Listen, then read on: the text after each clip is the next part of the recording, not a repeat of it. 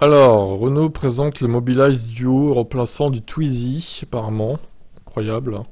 Bon, c'est la même gueule à peu près, hein. Il fait un peu plus moderne celui-là, mais bon.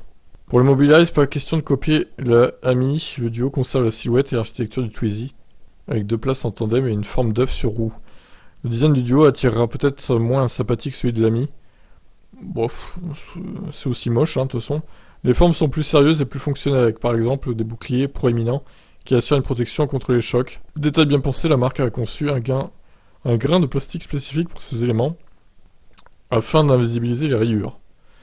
Oh, c'est pas bête ça, ce qu'ils ont fait. Ouais, il est un peu plus moderne que le Twizy, mais bon, c'est la même base, hein, clairement. C'est kiff kiff. Alors par contre, il y a des vitres là, apparemment. Parce que le Twizy n'avait pas forcément. 2,43 m de long, 1,30 m de large. On peut ainsi en garer 3 perpendiculairement en une seule place de parking. Le Duo est doté de deux grandes portes latérales vitrées. On voyage dans un habitacle ferme et étanche. Grande avancée par rapport au premier Twizy, c'est vrai. Ces ouvrants ont une ouverture en élytre, ce qui est pratique en milieu urbain. Il n'y a pas de débordement sur la chaussée. La planche de bord s'inspire des grandes radios que l'on portait sur l'épaule dans les années 80-90. C'est un large cadre orange qui intègre au centre un écran pour l'instrumentation. À droite se trouve un support pour le smartphone et haut-parleur. À gauche, il y a quelques commandes réunies de manière ludique et fonctionnelle en 3 étapes d'utilisation. Alors, l'autonomie. 140 km, c'est pas mal. Alors, attendez, on va voir les photos du coup. Ah, c'est très orange, hein, par contre. Ouais, d'accord, je vois le truc de radio là. C'est spécial. C'est particulier. La position centrale du siège permet d'avoir des espaces pour mettre 2 valises cabines à chaque côté. Il n'y a aucun coffre, la place de derrière est suffisante pour une personne de 1,80 m.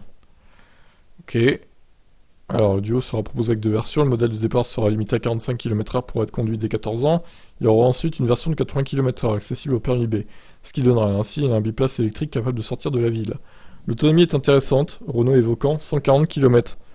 En plus de la recharge de surprise domestique, le Duo aura une prise type 2 adaptée à la plupart des bornes publiques. Ok, c'est pas mal. Mobilize n'en dit pas plus sur la technique et pour cause, le modèle sera disponible dans un an, fin 2023. Particularité, il pourra être acheté intégralement. Le véhicule sera disponible avec un abonnement flexible à partir de 3 mois pour le particulier. Le modèle pourra être commandé en quelques clics, pardon. Il y aura une version utilitaire bento aussi. Ok. Pour les pros, 700 litres, tu rajoutes un petit coffre. Ouais, c'est pas mal. Ça peut être pratique, effectivement. Avec lui, la place arrière est supprimée et remplacée au profit d'un coffre façon sac à dos. Ce coffre a un volume utile de près de 700 litres. On accède à cette soute par 2 petites portes à l'ouverture à grand angle.